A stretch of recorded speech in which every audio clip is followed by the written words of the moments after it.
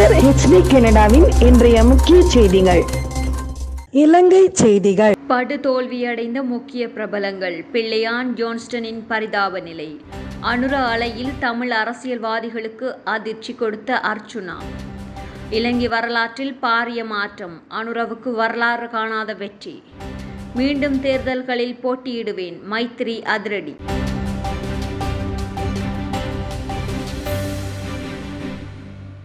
2024ஆம் ஆண்டிற்கான பொது தேர்தல் முடிவுகள் தற்போது வெளியாகி வருகின்றன.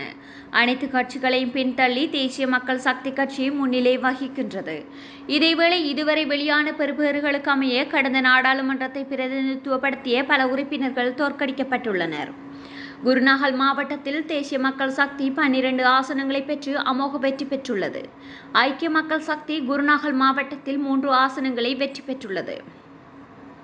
இந்த நிலையில் முன்னாள் அமைச்சர் ஜோன்ஸ்டன் பெர்னாண்டோ படுதோல்வியடைந்து தனது ஆசனத்தை இழந்துள்ளார். அதற்கமைய குருநாகல் மாவட்டத்தில் ஸ்ரீலங்கா பொதுஜன பெரமுன ஆசனத்தை பெற தவறிவிட்டது.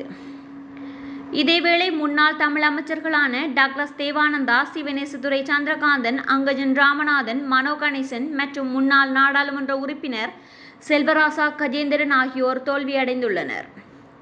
முன்னாள் அமைச்சர்களான காஞ்சன விஜயசேகர, மஹிந்த அமரவீர, மனுஷ நாணயக்கார, ரமேஷ் பத்திரன, சசீந்திர ராஜபக்ச உட்பட பலர் தோல்வியடைந்துள்ளனர்.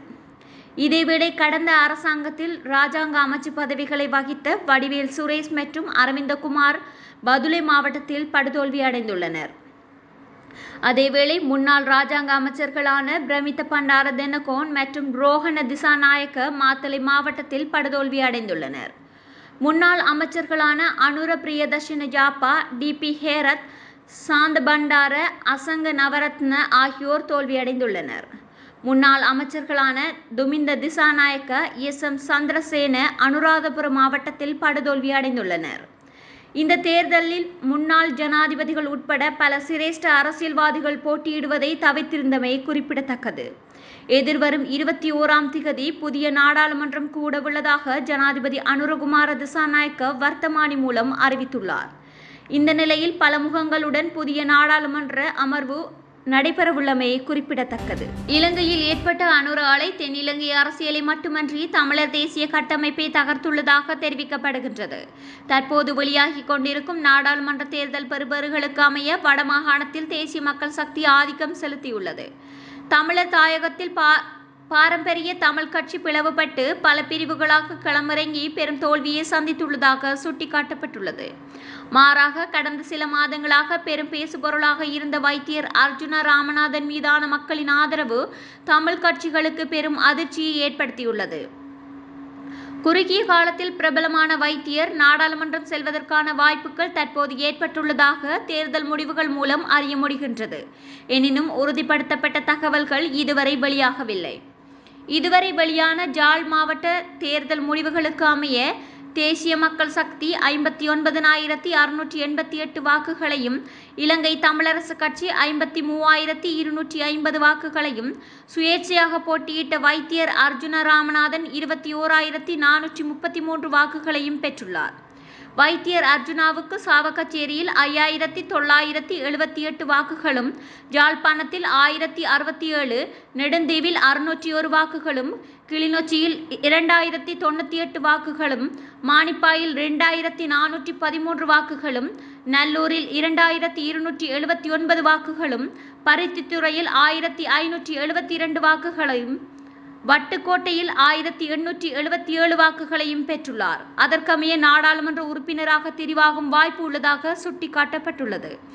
இலங்கையின் அரசாங்கத்தில் அமைச்சு பதவிகளை வகித்தவர்கள் மற்றும் நாடாளுமன்றத்தை பல தடவைகள் பிரதிநிதித்துவம் செய்தவர் தமிழ் அரசியல்வாதிகளுக்கு இம்முறை மக்களால் ஓய்வு வழங்கப்பட்டுள்ளதாக தேர்தல் முடிவுகள் சுட்டிக்காட்டுகின்றன. இலங்கை அரசியல் வரலாற்றில் ஜனாதிபதி அனுரகுமார திசாநாயக்க தலைமையிலான தேசிய மக்கள் சக்தி கட்சி பாரிய வெற்றியை பதிவு செய்துள்ளது. நாடாளுமன்ற தேர்தலில் தனி கட்சியான 3/2 என்ற பெரும்பான்மையை தேசிய மக்கள் சக்தி பெற்றுள்ளது. விகிதாசார பிரதிநிதித்துவ முறையின் கீழ் ஒரு தனி கட்சி இதை பெறுவது இதுவே முதல் முறையாகும். இந்த வெற்றியின் மூலம் நாடாளுமன்றத்தில் முன்வைக்கும் எந்த ஒரு பிரேரணை மற்றும் சட்டங்கள் எந்த ஒரு கட்சியின் ஆதரவின்றி நிறைவேற்ற முடியும்.